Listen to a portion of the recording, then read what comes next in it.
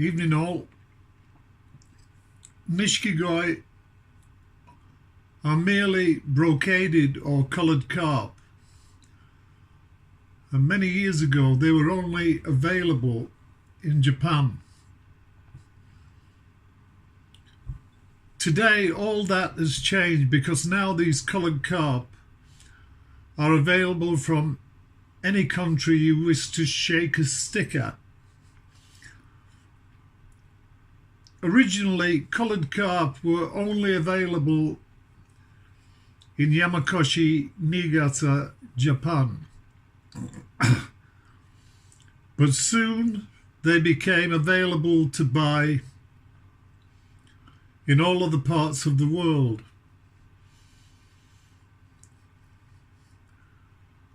Today, they can be found in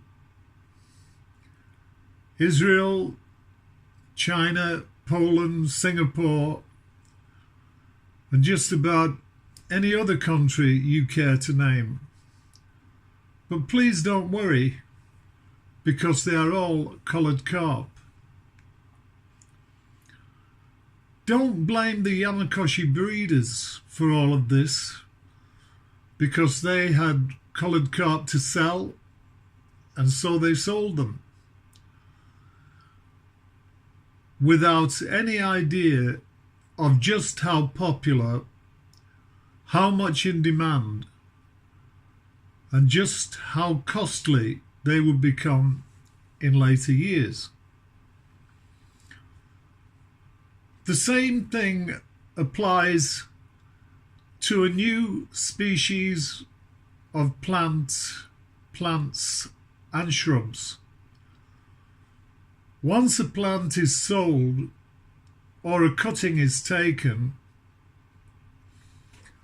many clever botanists can easily duplicate them.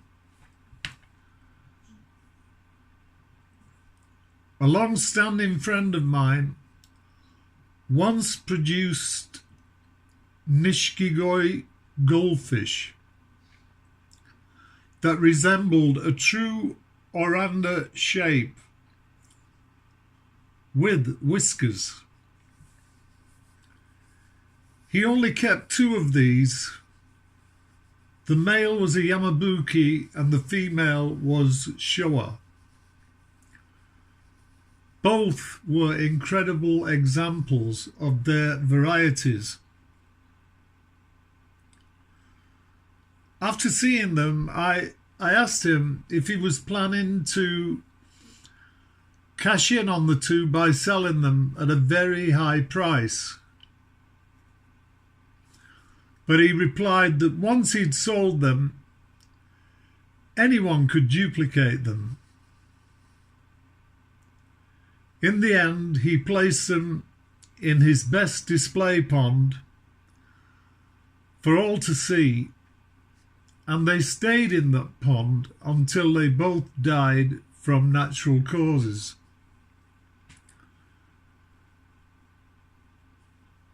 It does continue to amaze me why so many koi enthusiasts place credence on whether a koi has been hand-selected or not.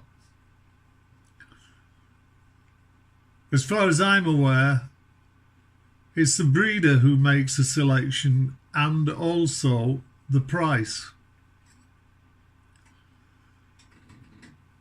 What happens to the price after that is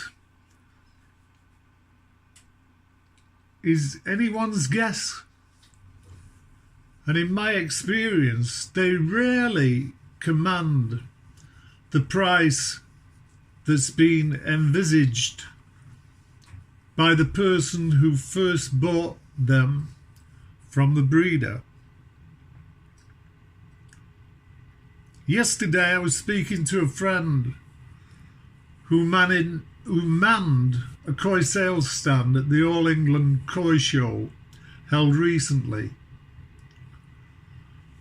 One visitor showed interest in a particular kohaku that he had for sale and asked for it to be placed in a bowl so he could see it more clearly. The visitor asked the price, remarked as to how beautiful it was, and then said he would buy it. 10 minutes later, the buyer returned and asked my friend as to the name of the breeder.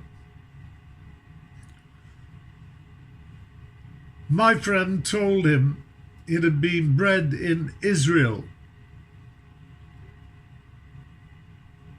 Immediately upon hearing this, the buyer said he was no longer interested in buying the koi.